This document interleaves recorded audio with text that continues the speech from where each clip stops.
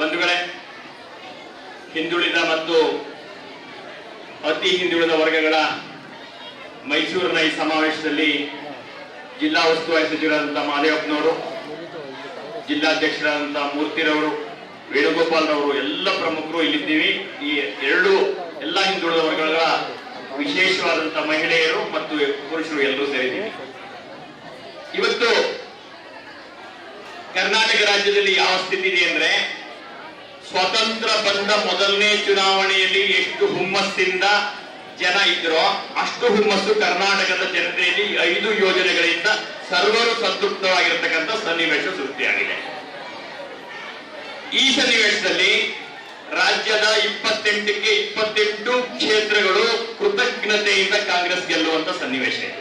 ಯಾಕೆಂದ್ರೆ ರಾಜ್ಯದ ಬಜೆಟ್ನ 20% ಹಣವನ್ನ ಈ ಪಂಚ ಗ್ಯಾರಂಟಿಗಳಿಗೆ ಅನುಷ್ಠಾನಗೊಳಿಸಿದಂತ ಏಕಮಾತ್ರ ಸರ್ಕಾರವನ್ನ ಭಾರತದಲ್ಲಿ, ಕರ್ನಾಟಕದಲ್ಲಿ ಸಿದ್ದರಾಮಯ್ಯ ಸಾಹೇಬ್ರವರ ಮತ್ತು ಡಿ ಕೆ ಶಿವಕುಮಾರ್ ಅವರ ಸಾಹೇಬ್ರವರ ನೇತೃತ್ವದ ಸರ್ಕಾರ, ಕಾಂಗ್ರೆಸ್ ಸರ್ಕಾರ ಮಾಡಿದೆ.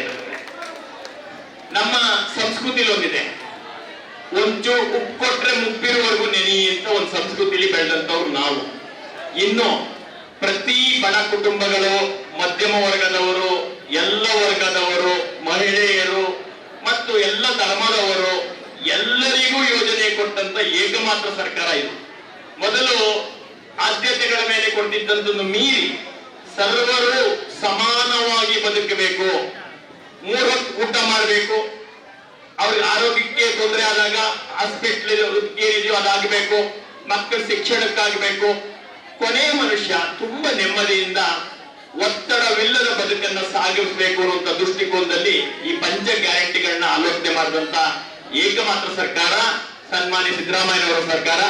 ಈ 28 ಗೆದ್ದ ನಂತರ ದೇಶದ ಚರ್ಚೆ ಆಗೋದೇನಂತಂದ್ರೆ, ಇದುವರೆಗೆ ಮೋದಿ ಮಾಡಲ್ಲ ಅಂತಿದ್ರಲ್ಲ, ಅದಲ್ಲ, ಸಿದ್ದರಾಮಯ್ಯ ಸಾಹೇಬರು ಮಾಡಲ್ಲ ಅಂತ ದೇಶ ಪೂರ್ತಿ ಮಾತಾಡುವಂತ ಯೋಜನೆಗಳು ಅನುಷ್ಠಾನಗೊಂಡ ಏಕಮಾತ್ರ ರಾಜ್ಯ ಕರ್ನಾಟಕ ಆಗಿದೆ ಅಂತ ನಾವೆಲ್ಲ ಹೆಮ್ಮೆಯಿಂದ ಹೇಳ್ಕೊಳ್ಳೋ ಸನ್ನಿವೇಶದಲ್ಲಿದ್ದೀವಿ.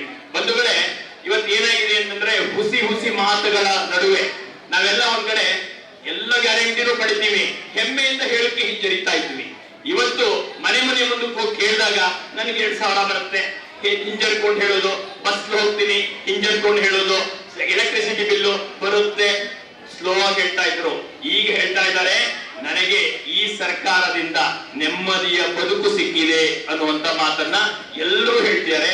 ಅವ್ರ ಮುಖದಲ್ಲಿ ಮಂದಹಾಸ ಇದೆ, ಸಂತೃಪ್ತಿ ಇದೆ, ಬದುಕಿಗೆ ಒಂದು ಅರ್ಥವನ್ನ ಈ ಕಾಂಗ್ರೆಸ್ ಸರ್ಕಾರ ಕೊಟ್ಟಿದೆ ಅನ್ನುವಂತ ವಿಶ್ವಾಸವನ್ನ ವ್ಯಕ್ತಪಡಿಸ್ತಿದ್ದಾರೆ. ನಾವು ಇವತ್ತು ವಿಶ್ವಾಸದಿಂದ ಹೋಗ್ಬೇಕಾಗಿದೆ. ಕಾರ್ಯಕರ್ತರು ಪ್ರತಿ ಮನೆಗೆ ಹೋಗಿ ನಾವು ಇಂತ ಎಲ್ಲರಿಗೂ ನಾನು ಸ್ವತಂತ್ರ ನಂತರ ಈ ರೀತಿ ಸನ್ನಿವೇಶ ಇದೆ ಯಾಕಂದ್ರೆ ಅಂದ್ರೆ 100ಕ್ಕೆ 100ರಷ್ಟು ಜನರಿಗೆ ಒಂದಲ್ಲ ಒಂದು ಯೋಜನೆ ತಲುಪಿರ್ತಕ್ಕಂಥ ಸನ್ನಿವೇಶ ಇದಿದೆ ಅಂದ್ರೆ ಅದಕ್ಕಾಗಿ ನಾವು ಹೆಮ್ಮೆಯಿಂದ ಜನರ ಮುಂದೆ ಹೋಗುವಂತ ಅವಕಾಶ ಬಂದಿದೆ. ಬಡವರ ಸೇವೆಯನ್ನ ಮುಂಚೂಣಿ ಮಾಡಿದಂತ ಯೋಜನೆ ಈ ಪಂಚ ಗ್ಯಾರಂಟಿಗಳಾಗಿವೆ.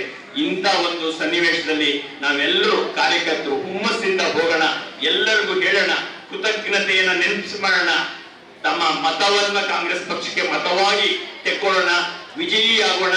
ನಂತರ ಕರ್ನಾಟಕ ಮಾಡಲಿನ ಮುಖಾಂತರ ದೇಶದ ಚುಕ್ಕಾಣಿ ಈ ಸನ್ನಿವೇಶದಲ್ಲಿ ಏನ್ ಹಿಡಿತೀವೋ ಮುಂದೆ ಶಾಶ್ವತವಾಗಿ ಕಾಂಗ್ರೆಸ್ ಜೊತೆ ಉಳಿಸಿಕೊಳ್ಳಕ್ಕೆ ಇಂಥ ಎಲ್ಲ ಯೋಜನೆಗಳು ನಿರಂತರವಾಗಿ ಕೇಂದ್ರ ಸರ್ಕಾರ ಬಂದಾಗ 1 ಲಕ್ಷ ರೂಪಾಯಿ ಮಹಾಲಕ್ಷ್ಮಿ ಯೋಜನೆ ಇರ್ತಕ್ಕಂತಿರ್ಬೋದು, ರೈತರಿಗೆ ಅವರ ಏನು ಬೆಳೆಗಳು ಬೆಳೀತಾರೋ ಅದಕ್ಕೆ ಕಾನೂನಾತ್ಮಕವಾದಂತ ಪ್ರೊಟೆಕ್ಷನ್ ಅಂತ ಇರ್ಬೋದು, GSTಗಳನ್ನ ಕೃಷಿ ಉತ್ಪನ್ನಗಳಿಗೆ ತೆಗೆಯುವಂತದ್ದಿರ್ಬೋದು, ಸಾಲ ಮನ್ನಾ ಇರ್ಬೋದು, ಈ ರೀತಿ ಪಂಚ ನ್ಯಾಯಗಳೇನಿದೆಯೋ ಈ ಸರ್ವರನ್ನು ಸಮಾನವಾಗಿ ಒಟ್ಟು ಕೊಂಡೊಯ್ಯುವಂತ ಮುಂದಿನ ಭವಿಷ್ಯದ ಚಿಂತನೆಯಂತ ಯೋಜನೆಗಳಾಗಿವೆ.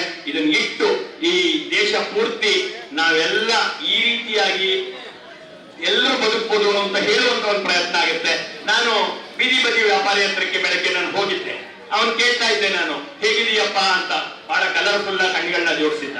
ಮೊದ್ಲು ಹೇಗೇಗೋ ಕಾಣ್ತಾ ಇದ್ರು. ಕೇಳಿದಾಗ ಆತ ಹೇಳ್ದ, ಮೊದ್ಲು ಎಷ್ಟು ವ್ಯಾಪಾರ ಮಾಡ್ತಿದ್ದೆ ಅಂತ ಕೇಳಿದ್ವಿ. ಒಂದ್ 2,000 ರೂಪಾಯಿಗೆ ಆಗ್ತಿತ್ತು. ಒಂದು ಗ್ಯಾರಂಟಿಗಳು ಬಂದ್ಮೇಲೆ ಏನಾಗಿ ವ್ಯಾಪಾರಗಳಾಗ್ತಿವೆ. ಸಣ್ಣ ಪುಟ್ಟ ವ್ಯಾಪಾರಿಗಳು ತಮ್ಮ ಬದುಕನ್ನು ಹಸನು ಮಾಡ್ಕೊಂಡಿದ್ದಾರೆ. ಮಾರು ಸಂಸ್ಕೃತಿಯಿಂದ ಆಚೆಗೆ ಆ ಸಣ್ಣ ಬದಿಲಿ ಕಿರಾಣಿ ಅಂಗಡಿಗಳೆಲ್ಲ ಮುಚ್ಚಿ ಹೋಗ್ತವೋ, ಮುಂದೆ ಸಣ್ಣ ಪುಟ್ಟ ಅಂಗಡಿಗಳೆಲ್ಲ ಮುಚ್ಚಿ ಹೋಗ್ತವೋ ಆತಂಕಗಳಿತ್ತಲ್ಲ, ಅವರೆಲ್ಲರ ಬದುಕು ಹೊಸ ರೂಪದಲ್ಲಿ ಸದ್ದೂಡುವಾಗ ಆಗ್ತಾ ಇದೆ. ಇಂಥ ಒಂದು ಸನ್ನಿವೇಶದಲ್ಲಿ ಆ ವಿದ್ಯಾರ್ಥಿ, ನಾನೊಬ್ಬ ಶಿಕ್ಷಣ ಸಂಸ್ಥೆ ನಡೆಸೋನಾಗಿ ಪ್ರತಿ ಅವನ ಬದುಕಿನಲ್ಲಿ ಓದ್ಬೇಕೋ ಬೇಡವೋ, ಅವತ್ತು ಊಟ ಮಾಡಿ ಹೋಗ್ತೀನೋ ಇಲ್ವೋ ಅನ್ನುವಂತ ದಿನಮಾನಸ ಇತ್ತು. ಇವತ್ತು 3 ಹೊತ್ತು ಊಟ ಮಾಡುವಂತ ಸರ್ಕಾರ ಅನ್ನಭಾಗ್ಯ ಕೊಟ್ಟಿದೆ, ಶಿಕ್ಷಣಕ್ಕೆ ವ್ಯವಸ್ಥೆ ಕೊಟ್ಟಿದೆ, ಬಸ್ ಫ್ರೀ ಕೊಟ್ಟಿದೆ. ಅದಕ್ಕಾಗಿ ಅವನು ಇವತ್ತು ಫಸ್ಟ್ ರ್ಯಾಂಕ್ ಬಂದಿದ್ದಾನೆ. ಇಂಥ ಒಂದು ಸೋಮಣ್ಣ ಹೇಳ್ದಂಗೆ ಆ ತಾಯಿ ಎಷ್ಟು ಸ್ಪಷ್ಟವಾಗಿ ಹೇಳಿದ್ದು ನಮ್ಮ ಮುಂದೆ ಅಂತಂದ್ರೆ, ಕತ್ತಿನ ತಾಲಿಯನ್ನ ತೋರಿಸ್ಬಿಟ್ಟು ನನ್ ಗಂಡಂಗೆ ಅನಾರೋಗ್ಯ ಆಗಿತ್ತು, ಆ ಸರವನ್ನ ಅಡ ಇಟ್ಟಿದ್ದೆ, ಅವನ ಹುಷಾರಾಗಿ ಬಂದಿದ್ದಾನೆ, 2,000 ರೂಪಾಯಿ ಕಂತ್ಕಲ್ ಕಟ್ಕೊಂಡು ಹೋದ್ವಿ, ಮುಂದಿನ ತಿಂಗಳ ಸರ ಬಿಡಿಸ್ಕೋತೀನಿ ಅಂತ ದೃಢವಾದಂತ ಮಾತನ್ನ ತಾಯಿ ಹೇಳಿದ್ ಕೇಳಿ ಯಾರಿಗಾಗಿ ಯೋಚನೆ ಮಾಡಿದೆ ಅನ್ನೋದನ್ನ ನಮ್ಗೆ ಅತ್ಯಂತ ಸ್ಪಷ್ಟವಾಗಿ ಅನ್ಸಕ್ ಶುರು ಆಯ್ತು. ನಾವೆಲ್ಲರೂ ಹೇಳೋದೇನಂದ್ರೆ, ಬಡವನ ಸ್ಥಾನದಲ್ಲಿ ನಿಂತು ಬಡವನ್ ನೋಡಿದಾಗ್ಲೇ ಅದು ಅರ್ಥ ಆಗುದು. ವ್ಯಂಗ್ಯೋಕ್ತಿಗಳನ್ನ ಮಾಡುವಂತವ್ರು, ಸೋಷಿಯಲ್ ಮೀಡಿಯಾಗಳಲ್ಲಿ ಅಪಹಾಸ್ಯ ಮಾಡೋರಿಗೆ ನಾವು ದಿಟ್ಟವಾದಂತ ಉತ್ತರವನ್ನ ಈ ಉಪಯೋಗ ಪಡೆದಿರ್ತಕ್ಕಂಥವ್ರು ನಾವು ಕೊಡದೆ ಯಾರು ಕೊಡಬೇಕು? ನಾವು ಕೊಡಬೇಕು, ನಾವೇ ನಿಂತಿರ್ಬೇಕು. ನಾವು ಬಹುಸಂಖ್ಯಾತ ಜನ 96% ಜನ ಇಲ್ಲಿ ಉಪಯೋಗ ಪಡೆದವ್ರು ನಿಂತ್ಕೊಂಡಾಗ ಈ ಹುಸಿ ನುಡಿ ಆಡುವಂತವ್ರನ್ನ ಅಲ್ಲಿ ಎಲ್ಲಿ ಇರ್ಬೋದು ಅನ್ನೋದನ್ನ ಫಲಿತಾಂಶದ ಮುಖಾಂತರ ತೋರಿಸಬೇಕಾದ ಸನ್ನಿವೇಶ ಬಂದಿದೆ. ಅದಕ್ಕಾಗಿ ಜಾಗೃತಗೊಳ್ಳಿ ಅನ್ನೋದು ಕಾರಣಕ್ಕೆ ಈ ಸಮಾವೇಶ ಮಾಡಿದ್ದಾರೆ. ಮತ್ತೊಮ್ಮೆ ನಿಮ್ಗೆ ಇಲ್ಲಿ ಕೈ ಮುಗಿದು ಮನವಿ ಮಾಡ್ತೀನಿ, ಎಲ್ಲ ಯೋಜನೆಗಳ ಫಲಾನುಭವಿಗಳು 10 ಜನ ಒಟ್ಟಿಗೆ ನಿಲ್ಲಿ ಸಾಕು. ಕಾಂಗ್ರೆಸ್ ಸರ್ಕಾರ ಈ ದೇಶದ ಚುಕ್ಕಾಣಿಯನ್ನ ಹಿಡಿದು ಏನು ಪಂಚ ನ್ಯಾಯಗಳನ್ನು ಹೇಳಿದಾರೋ ಅದನ್ನ ನಿಮ್ಮ ಕುಟುಂಬದ ಬದುಕಿಗಾಗಿ, ಮುಂದಿನ ಭವಿಷ್ಯ ಕಟ್ಟಕ್ಕಾಗಿ ಎಲ್ಲ ಯೋಜನೆಗಳನ್ನ ತಾನು ಅನುಷ್ಠಾನ ಮಾಡುತ್ತೇನೆ ಅನ್ನೋದು ಅಷ್ಟೇ ಮಾತುಗಳನ್ನ ನಿಮ್ಮ ಮುಂದೆ ಆಡಕ್ಕೆ ಇಚ್ಛೆ ಪಡ್ತೀನಿ. ಎಲ್ಲರಿಗೂ ನಮಸ್ಕಾರ.